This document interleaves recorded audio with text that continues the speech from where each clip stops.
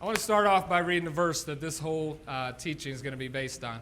It's from Proverbs chapter 3, starting at verse 5. If you have your Bibles, you can bust that out. If not, we're going to have it up there. Trust in the Lord with all your heart, and lean not on your own understanding. In all your ways submit to Him, and He will make your paths straight. Trust can be the hardest thing for us to garner up in our lives. Because all through our lives, the people or the things that we put our trust in always let us down. In this world, it's broken, it's jacked up. People are broken, they're jacked up. Anything or anyone that we put our trust in on this little plane has consistently let us down in life.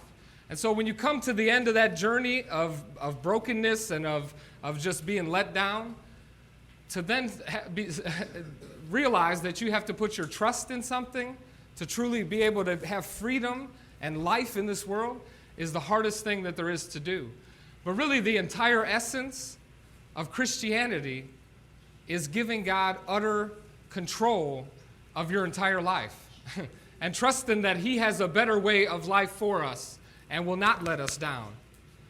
It is the exact measure of how much faith we have in Him that will define how much of the brokenness in our life we watch fade away. I can say that I have all the faith that I want in Roe to watch our babies, you know what I mean? But until I hand over Gideon or hand over Phineas to Roe, I haven't exhibited the fact that there's any faith at all in her, right? It's when we actually let go of things that we say that we truly know that we have faith. Not just up here, not some conceptual, I believe with the concepts of the gospel. It's when we truly let go of the things in our life that we prove that we have faith. It's the reason why if you take surveys, Barnum polls or whatever, of America, it would come back as like 70% of the world is Christians, right? Because they agree up here with, obviously this whole world didn't come from nothing, you know what I'm saying? But they haven't let go of anything. There's no lifestyle change, there's no whatever. It's just a conceptual idea that I agree with the fact that there is a God and that He revealed Himself to mankind through Christ. Because trusting and letting go of anything is the hardest thing in this world to possibly do. And it has to start with the concept that God is all good. You know what I mean? All good. Always, 100% of the time, His purposes and everything that He will do for me is always going to be what's in my best interest. Anything He does, whether it's comfortable or whether it's utterly uncomfortable, the process He takes me to get there, it's always in my best interest, no matter what. No matter what. And if we believe that, if we truly, truly believe what we say we believe, then we will let go of all the things in our life. We will let go of our relationships and actually do it His way. We would let go of our finances and actually run our money His way. We would let go of our attitudes and actually trust that He's going to make things right and we don't have to go tit for tat and tell somebody how it is because God will make things right. If we truly believe that, then slowly as time goes on, we will truly let go of our lives. It's kind of like this. I know you guys look forward to the weeks where I draw because it's a very funny exercise. But this is my life. This is me in here, right? This is all me. Chaos, jacked up, no control of anything. Anything I touch turns to junk. You know what I mean? My whole life, I live my life and every aspect of it in this world. And anything that I tried to do or anything I just put my hands on turned to crap. And it's like, well, why in my own power, no matter how hard I try, no matter how smart I might be, no matter different variables that I move, always it ends up in nothing and in brokenness and jacked up. So I did my relationships in here. I did my finances in here, my own power. I did my own habits or my own addictions in here. I did everything that I did within the concept of my own power, right? And I'm all bad. My life is a complete wreck aside from God. Me minus Jesus equals crap. I know that the day that Jesus walked into my life, everything radically transformed and changed. And the only good thing about me is the fact that I happen to know a dude, that I happen to have met him personally to radically plant something up in here that has produced anything good that will ever come out of my life, right? Always. And it can be so hard for us to let go of that control. So at some point, conceptually, I believed that there was a God. I accepted Christ, right? So my ideas, I gave to him. This is kind of the line of ourself versus him. But my finances, have I really given them to him? You know what I mean? Or am I still holding on to them? The moment that we give everything, finances, relationships, our habits, our addictions, it's no longer even a question that if I'll still struggle with it. The degree to which I let go of something ends it. You know what I mean? The moment I accepted Christ, it was a one-step program because I gave him my addictions to drugs and to alcohol. Game over. Game over. Because I didn't 50% give it to him. I didn't give it to him here and say, yeah, but it's a daily thing. It was over. The only variable that keeps me an addict or keeps me whatever it would be or keeps my finances jacked up or keeps my relationships not working out, the only variable is me. So if I'm keeping it right here, I still got a 50% shot that tomorrow I might wake up and drink. I still got a 50% shot that I might wake up tomorrow and completely blow my money because I'm a variable in it. But only when we're a variable, only when we're in the picture can we mess this thing up. And people half give their life to God and they say, God, I'm all about the whole Jesus thing. I'm all about, I believe it. But I'm not changing my relationship. I've been living with her for 10 years and I'm not, it is what it is. I love her, she loves me. I'm not doing relationships your way, flat out. You can have my life, I'll go to church, I'll sing songs, all that good stuff. But I'm not doing relationships your way. And then at the end of that road, because they did it half in, half out, the relationship's jacked up, or people are cheating, or the whole thing is blown up in their face, and they say, man, I'm trying to do this God thing, and it just doesn't work out for me. They wonder why nothing works out. It's because when we give our lives to Christ, it's supposed to look like this, with nothing in here. I have no say in my life. I have no right to make a decision about any topic ever. Because the moment that I give him utter and complete control, I never again have to worry about tomorrow I might wake up and have a drink. Tomorrow I might wake up and pursue an affair. Tomorrow I might wake up and just go splurge on money. Or if I do things according to his plan and his plan alone, it's no longer in my control. And so I don't have to worry about variables at all. There's no variables. If I truly have let go of my life, realize first of all that I am powerless to control my life. Everything that I tried to do on my own was always broken. And I come to a point where I release control of my life to God. There's no other questions to talk about. Nothing. It's over that day, literally. The question is, how many of us have, 2 or 3 circles up here that we've truly let God take over, and 3 or 4 circles down here, and we still every day experience brokenness in our life and jacked up things?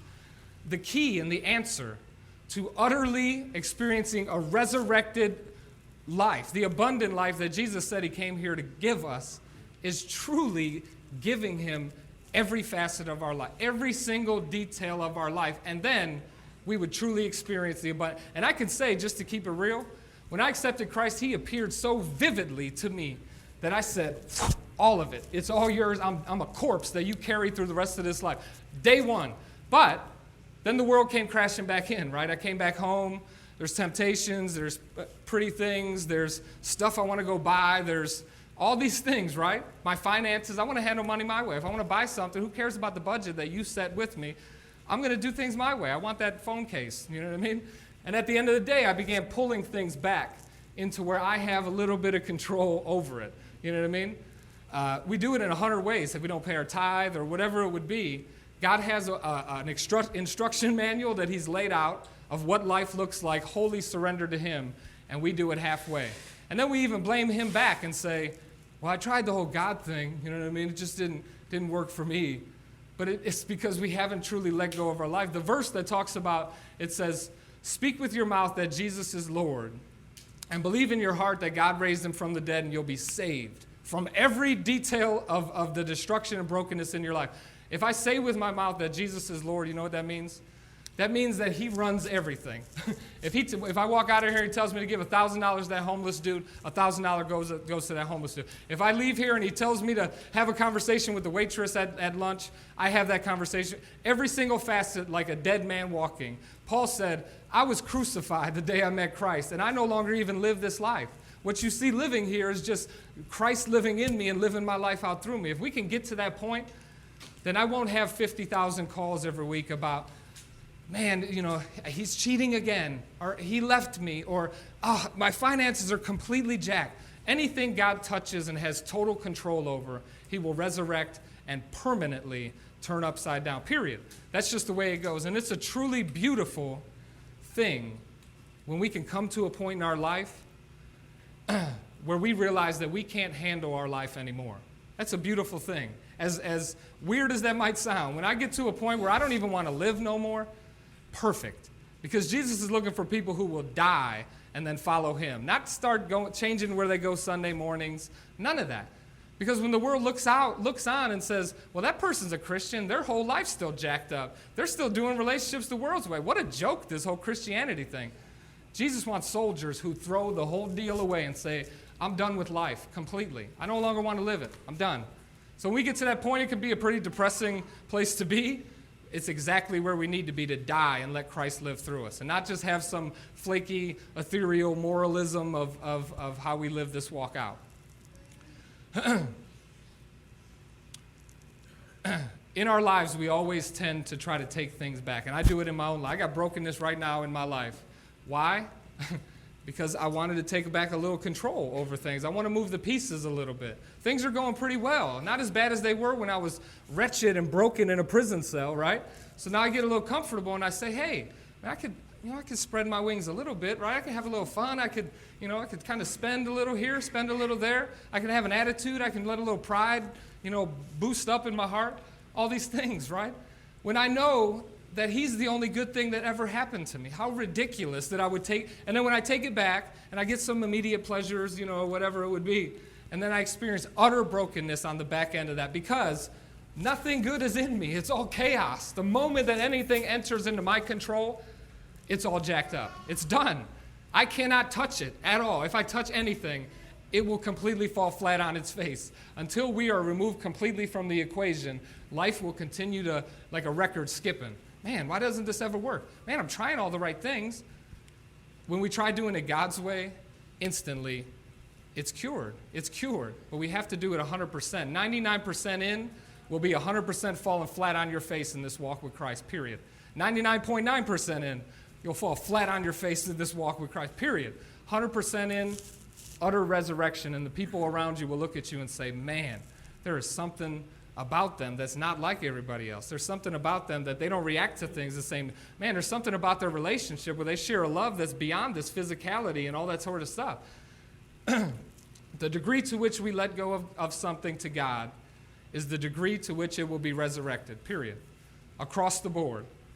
And there is peace in knowing when you've fully given something to God. And if you do, you know that he'll handle it, right? If he's all good and his purposes for me are all good, I can hand him anything. Even if it's a son who's ran off and lived the worldly way and it stresses me out all day and I'm dying over it and it's beating me up, the moment that I let go of that and trust that there is a very good God in control of that situation, there is a peace that comes over us. And if you've ever experienced it, it's what the Bible talks about when it says, I'll give you a peace that surpasses all understanding. It doesn't even make sense. You know what I'm saying? I'll give you that peace if you'll just let go and give me control over every detail of your life. We cannot complain about things not working out if I've only half given it to him. Matter of fact, I should expect, if I'm not handling my money God's way, if I'm not handling my relationship the way God told me relationships are supposed to look, expect it to be jacked up. Because I know when I watch someone do relationships their own way, I wait for the phone to ring. Because it's going down, flat out. There's an instruction manual that's given to us that is absolutely perfect. You do it any other way, and I'll just wait for my phone to ring because there's drama to come. It's just a matter of when it hits the roof.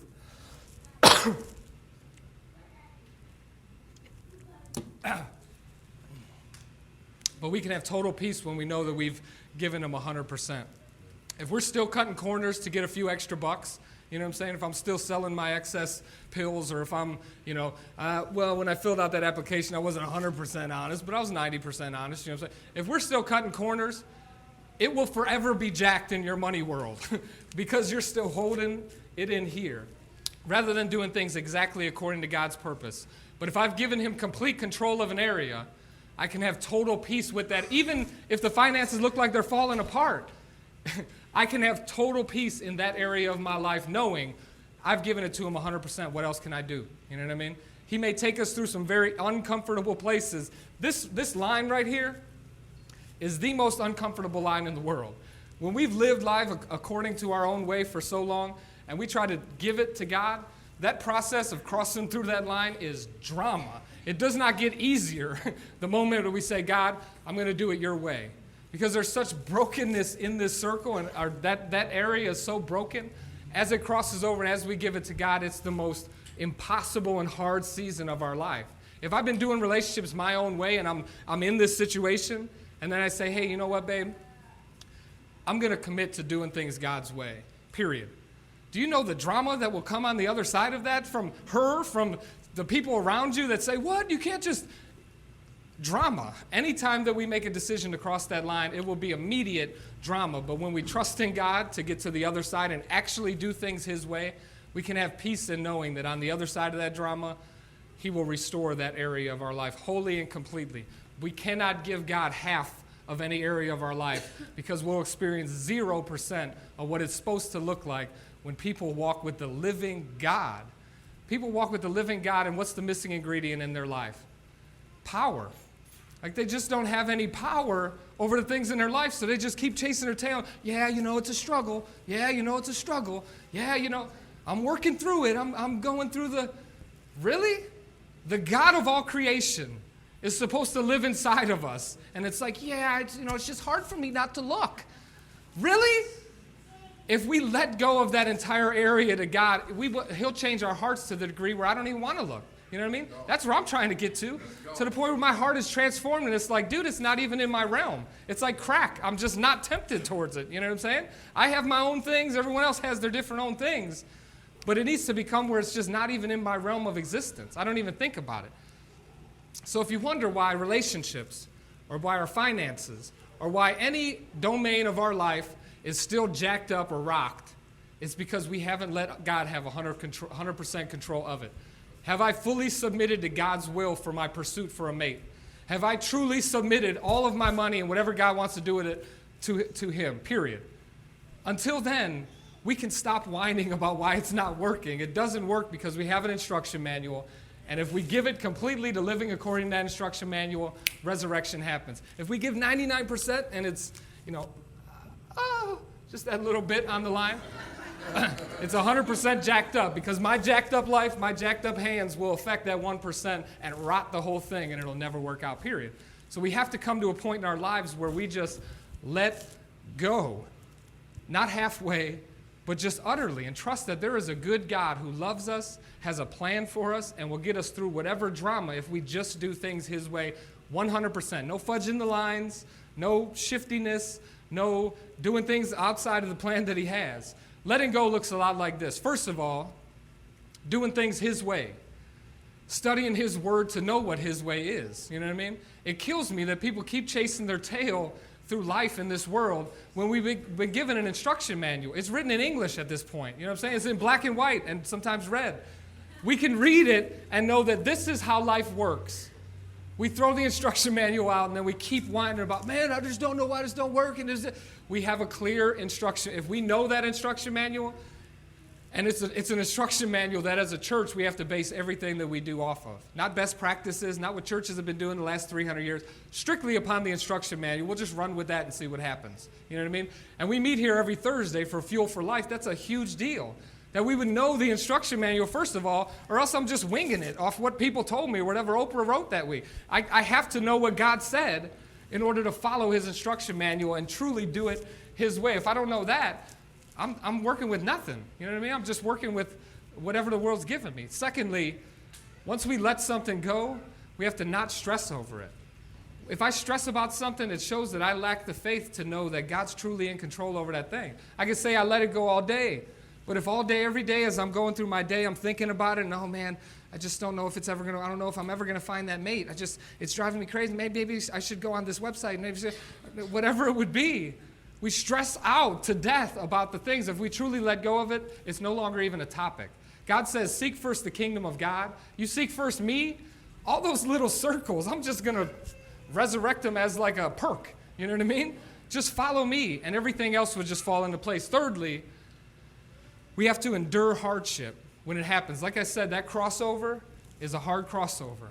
When I decide to start using my money God's way instead of the world's way, when I decide to start living in the means that God has for me rather than the means that I want to live in this beautiful mansion, it might mean downsizing. It might mean breaking up with this fling that I've had going for 10 years. Whatever it would be, there's going to be hardship. Walking with the world is like walking with the stream. It's easy. To be a follower of the world is cakewalk because everybody's doing it. You're walking right with the stream. You know what I mean? A follower like the rest of these lames. The moment that you dig your feet in the ground and start to walk God's way, now you're fighting against the stream, and it's a struggle, a drama. We have to endure that drama, though, to get to the other side of that line. And lastly, we have to give him glory for the achievements in our life. And I think this is where I've done a little pool number, right?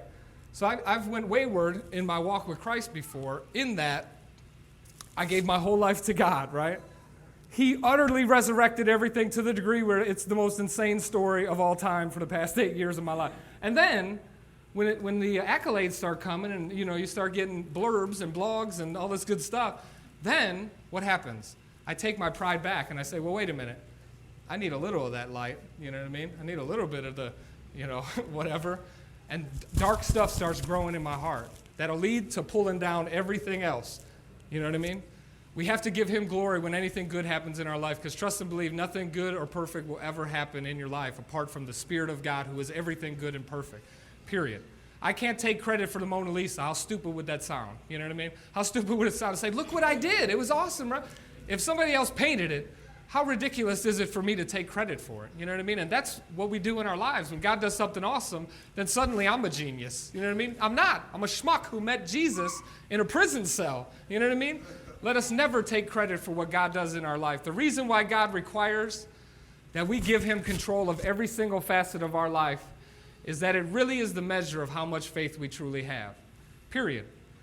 We say that we have faith in him and his new way of life that we're going to accept Christ and walk in, but then we continue to do things our own way, or we give him just little facets of our life. Let me read that entire passage to close. From Proverbs 3, it says, trust in the Lord with all your heart and lean not on your own understanding. In all of your ways, submit to him, and he will make your paths straight. Do not be wise in your own eyes. Fear the Lord and shun evil. This will bring health to your body and nourishment to your bones. Honor the Lord with your wealth, with the first fruits of all your crops. And then your barns will be filled to overflowing, and your vats will brim over with new wine.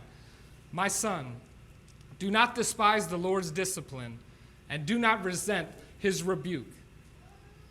As a father, because the Lord disciplines those that he loves, as a father, the son that he delights in. Blessed are those who find this wisdom, those who gain understanding. For she is more profitable than silver and yields better returns than gold. She is more precious than rubies. Nothing you desire can compare with wisdom. Long life is in her right hand, and in her left is riches and honor. Her ways are pleasant ways, and all her paths are peace. She is a tree of life to those who take hold of her. Those who hold fast to her will be blessed. When we give God utter control of our life, we can be excited about life again. After so many letdowns, after, all the sports teams that have made it to the ninth inning and we're up by 2 and Mesa completely blows it, the shot, the fumble, so many things in our life, that's just a sports arena. But I know you have 150 other stories of just how life lets us down. And we end up getting such a heart of despair, and it's just not going to ever work out. They're going to mess it up somehow. She'll let me down. I'm sure she'll cheat. Whatever it would be. It'll never add up in the finances. Or when we give God utter control of our life, we can finally get excited about life again and know he will utterly resurrect every single, and I can say that from eyewitness testimony, not because Daddy told me. I can say it because I watched him do it in every facet of my life, period. We become so used to getting let down, but finally we can hand our lives over and watch in eager excitement to see what God's going to do. When I know that I've given something to God, it's like anticipating the next episode of 24. Like, I can't wait to see, man, what's he going to do? Like, what's going to happen? You know what I mean? It's an awesome thing to get excited about life again. And it only happens if we give it to God all of our life, every single domain. And so in every single one of our lives here today, we can think about areas of our life where we trust God fully. We've given it to him. And we can think of other parts of our life where it's like, you know what? I'm experiencing brokenness in this part of my life. This relationship's just not working out. My finances just don't add up. I still have this angry heart. I still have this racism. I still have this, whatever it would be. That thing needs to cross this line. It needs to just be given to God to say, God, what does your word say about how I should be living in this area of my life? And I let go of the wheel today to finally get a grip and watch you give me the abundant life that you've said that you came here to give me. For all of us, think about those things. I know I got 2 or 3 that I'm still clutching on to, like, no, really, I can handle this part. Just let it go and let God do it. Otherwise, it will never work out. Ever. No matter how exciting that relationship seems for the first 6 months, if it's not done God's way, my phone will be on. Just hit me up in 6 months. We could do the counseling thing. We can go through the whole But the whole counsel is always this. Give it to God and do it his way. There's an instruction manual. It's written in English. Let's just read it and let's just follow it. Or else keep calling me every 6 months. Oh, this one didn't work out neither. This one didn't work. Ridiculous. Follow the instruction manual and watch God resurrect every domain of your life. That's my eye-to-eye promise with every person here, not my opinion, flat out. God, I thank you for being the hope that this world has to offer. That there is another way other than the lame way that this world's living. Lord, so many times in an area of our life, if it didn't work out last time, we just move the variables around a little bit and try it our own way in just a different picture. Let us just completely let go of our lives to live them utterly and completely in your way. Or just stop whining when they don't work out, Lord. I know that you are the source of everything good and perfect, and if you have 100% control of anything in our lives, you will resurrect that thing in that area of our life. But if I hold on to 1%, it will end up 100% jacked up. Father, I thank you for all that you are and that there is another way of life. The way that your son came here to show us how to walk in rhythm with the song of life, Lord. Help us all to get in rhythm with that. In all that you are, God, I give you thanks and praise in Jesus' name. Amen.